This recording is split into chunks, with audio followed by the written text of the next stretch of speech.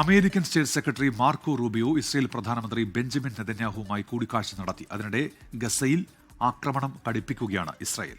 30 പാർപ്പിട സമുച്ചയങ്ങൾ ബോംബിട്ട് തകർത്തു. 48 പേർ കൊല്ലപ്പെട്ടെന്നാണ് റിപ്പോർട്ട്. അമേരിക്കയിലെ ന്യൂജേഴ്സിയിൽ നിന്ന് മധു കൊട്ടാരക്കരയാണ് ചേരുന്നത്. മധു, ഗുഡ് ഈവനിംഗ്. ഇപ്പോൾ പ്രശ്നപരിഹാരത്തിനായാണ് അമേരിക്കൻ സ്റ്റേറ്റ് സെക്രട്ടറി ഇസ്രായേലിൽ എത്തിയിരിക്കുന്നത്. പ്രധാനമന്ത്രിയുമായി കൂടിക്കാഴ്ച നടത്തിയെന്ന് പറയുമ്പോഴും ആക്രമണം കടുപ്പിക്കുകയാണ് Israel.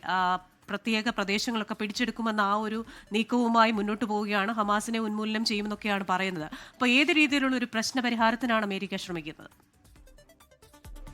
Good morning Unmesh, Christina. പശ്ചിമേഷ്യയെ സംബന്ധിച്ച് വലിയ നിർണായകമായ ഒരു ദിവസമാണ് ഇന്ന്. അതുകൊണ്ട് തന്നെയാണ് US സ്റ്റേറ്റ് സെക്രട്ടറി മാർക്കോ റൂബിയോയെ പ്രസിഡന്റ് ഡൊണാൾഡ് ട്രംപ് ഇസ്രായേൽ പ്രധാനമന്ത്രി നെതന്യാഹുവുമായിട്ട് കൂടിക്കാഴ്ച നടത്തുവാനായിട്ട് അവിടെ എത്തിച്ചിരിക്കുന്നത്. ഇവർ തമ്മിലുള്ള കൂടിക്കാഴ്ച നടന്നു കഴിഞ്ഞിരിക്കുകയാണ്.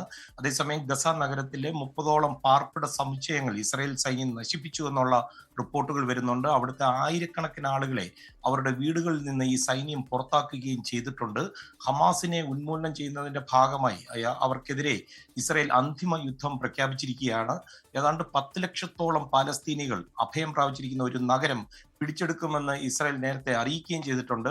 അതേസമയം ഏറെ നിർണായകമായ അറബ് ഇസ്ലാമിക് ഉച്ചകോടി ഇന്ന് നടക്കുകയാണ്. പശ്ചിമേഷ്യയെ സാധാരണ നിലയിലേക്ക് എത്തിക്കുവാനുള്ള ശ്രമങ്ങൾ ഇസ്രായേൽ നശിപ്പിച്ചു എന്നൊരു പ്രമേയം ഈ ഉച്ചകോടിയിൽ അവതരിപ്പിക്കും എന്നാണ് കരുതുന്നത്.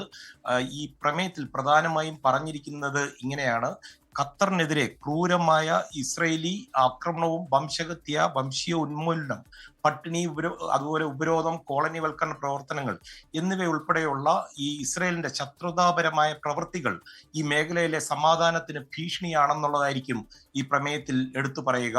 അതേസമയം ഈ വംശഹത്യ ആരോപണം ഇസ്രായേൽ നിഷേധിച്ചിരിക്കുകയാണ്. അവസാന ബന്ദിയെയും കിട്ടും വരെ ഹമാസിനെതിരെയുള്ള പോരാട്ടം തുടരുമെന്നാണ് ബെഞ്ചമിൻ നെതന്യാഹു പറഞ്ഞിരിക്കുന്നത്. ഖത്തറിലുള്ള ഹമാസ് നേതാക്കളെ ഇല്ലാതാക്കുന്നതോടെ ഈ ബന്ദികളെ മോചിപ്പിക്കുവാനുള്ള ശ്രമങ്ങൾ ലക്ഷ്യം കാണുമെന്ന് നെതന്യാഹു വീണ്ടും ആവർത്തിക്കുകയാണ്. അതേസമയം ഇസ്രായേലിന്റെ പ്രവൃത്തി മൂലം ഹമാസുമായിട്ടുള്ള ഈ ബന്ദികളെ മോചിപ്പിക്കാനുള്ള ശ്രമങ്ങൾ അവസാനിപ്പിക്കില്ല എന്നും ഈജിപ്തിനും US-നും ഒപ്പം ഈ ശ്രമങ്ങൾ തുടരുമെന്ന് Qatari prime minister Sheikh Muhammad bin Al Thani അറിയിക്കുകയും ചെയ്തിട്ടുണ്ട്. ക്രിസ്റ്റീന, ഉന്മേഷ്.